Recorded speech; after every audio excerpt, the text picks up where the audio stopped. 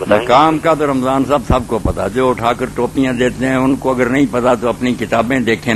کسی نے مرد کے لیے سر جو ہے نا ڈانگنے کو نماز کا حصہ نہیں کہا، کسی فقیر اور عالم کا یہ قول نہیں.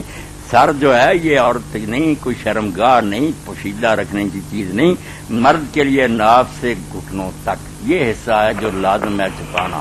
اس کے علاوہ اگر وہ کرتا بھی نہیں پہنتا نا، آپ تو سر کی بات کرو نا، کرتا بھی اتار کر پاس ہی رکھ دے اور اکیلے تہ بند میں نماز پڑھے، کوئی نہیں روک سکتا. فی ہزار واحد حضور نے پڑھی، حضرت جابر پڑھ رہے تھے، کپڑے پڑے تھے، وسیاب موضوع مصر ایک ہی چادر میں. تو بعد آدمی نے پوچھا آپ یہ کیا کہا، لے ایران ہم کو مصر. میں اسی لیے کر رہا ہوں تیرے جیسے بیوقوف دیکھیں انہوں نے پتا چل جائے کہ مرد کے لیے نماز میں جو لباس ضروری ہے وہ صرف ناف سے گھٹنوں تک. باقی کوئی اچھا لباس پہنتا ٹھیک ہے، کرتا وغیرہ بسم اللہ، مگر سر تو بالکل شامل نہیں. نہ سر کا کوئی درجہ نہیں، نہ کوئی زیادہ ثواب نہ مستحب، کچھ نہیں. بلکہ اگر نیت کر لے یہ کہ میں اپنے فخر کا لباس اتارتا ہوں، جو پگڑی تھی نا وقار کا، چودھر کا نشان، میں اللہ کے سامنے جا رہا ہوں، میری کیا چودھر، کوئی وقار نہیں. دیکھیں گے امام ابو حنیفہ رحمۃ اللہ عالمگیری اٹھا لیں اور مولانا احمد رضا خان رحمۃ اللہ علیہ نے خود کہا، لوگوں نے کہا ہندوستان میں کچھ لوگ پیدا ہو گئے وہ ننگے سر نماز پڑھتے ہیں اور کہتے ہیں ہم عاجزی کے لیے کر رہے. تو انہوں نے کہا وہ تو بہت اعلیٰ کرتے ہیں، اس لیے ٹوپی بھی گر جائے تو اٹھانی نہیں. یہ نیت کرو کہ یہ جو چزراہٹ تھی ختم، اللہ کے سامنے میرا کیا وقار، میں ذلیل اور رسوا، بہتر ہے سے زیادہ ثواب. مگر نیت یہ ننگے سر والوں کو بھی یہ بات سمجھائے نا کہ مولوی اسحاق کہتا صرف ننگا سر شرارت سے نہیں کرنا، اس نیت سے کرنا کہ یہ بڑی بات تھی وقار. مگر میں نے وقار ختم کر دیا. اور اس سے اس بات کا جواب ہی مل گیا جو لوگ کہتے ہیں کہ سسرال کیا جانا ہوتا، عدالت میں جانا ہوتا، ٹوپیاں لیتے ہیں بلا. اور بیوقوف ہو، یہی تو فرق سمجھنا تھا. وہاں تو وقار دکھانے کی ضرورت ہے کہ سسرال کو سمجھے اس کی کوئی شخصیت ہے اور عدالت بھی سمجھے کوئی معزز آدمی، وہ خدا کے سامنے معزز بن کر جانا. یہاں تو ذلت و رسوائی جیسے آپ دیکھتے ہیں نمونہ کہ بیت اللہ شریف کی حاضری جب ہوتی ہے حج اور عمرے کی تو بجائے اس کے کہ اللہ کہتا پگڑ باندھو، سر ننگے کرا دی.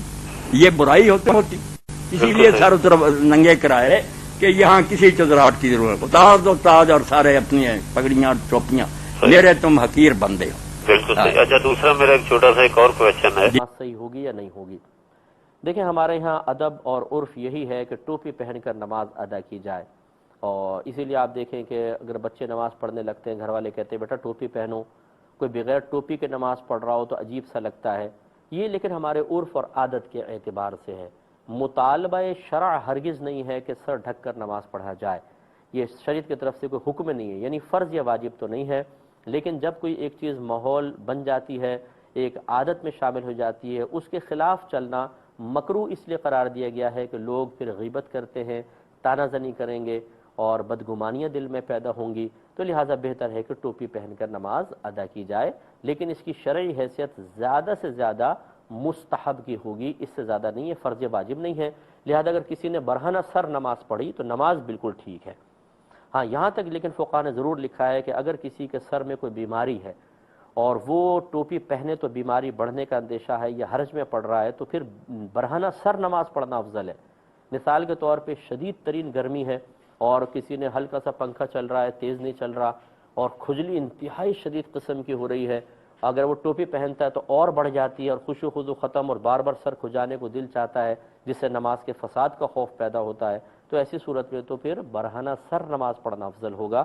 اس لیے افراط و تفریط سے بچیں، صحیح مسئلے کو سمجھنے کی کوشش کریں. اور پھر جناب وہ پبلک کو بتاتے ہیں، جناب دیکھیں جی لکھا ہوا ہے صحیح بخاری میں، انہوں نے پگڑی اتار کے رکھی. بھئی وہ گھر سے پہن کے آئے تھے، جو دیکھنے والے اعتراض کر رہے تھے وہ بھی صحابہ تابعین تھے. انہوں نے بتایا کہ ہم میں سے ایک کپڑے میں بھی کوئی نماز پڑھ لیتا تھا، وہ تو اپنی غربت بتا رہے ہیں. تو چلیں for the sake of argument ہم بھی ایگری کرتے ہیں، آپ گھروں سے پگڑیاں باندھا کریں اور آگے مسجد میں اتار کے سامنے رکھا کریں، پھر بعد میں پہن لیا کریں. اور ایک دفعہ کیجیے گا یہ بتانے کے لیے، روزانہ ننگے سر آنے سے ابن عباس یہ رزلٹ نکالیں گے آپ، بھائی مانی کی انتہا ہے. اور پھر ایک چادر کی بات ہے تو آپ پھر قمیض بھی اتار دینا بھائی میرے، ایک چادر پہنے اس کے اندر نماز پڑھے، آپ کو کون منع کرتا ہے.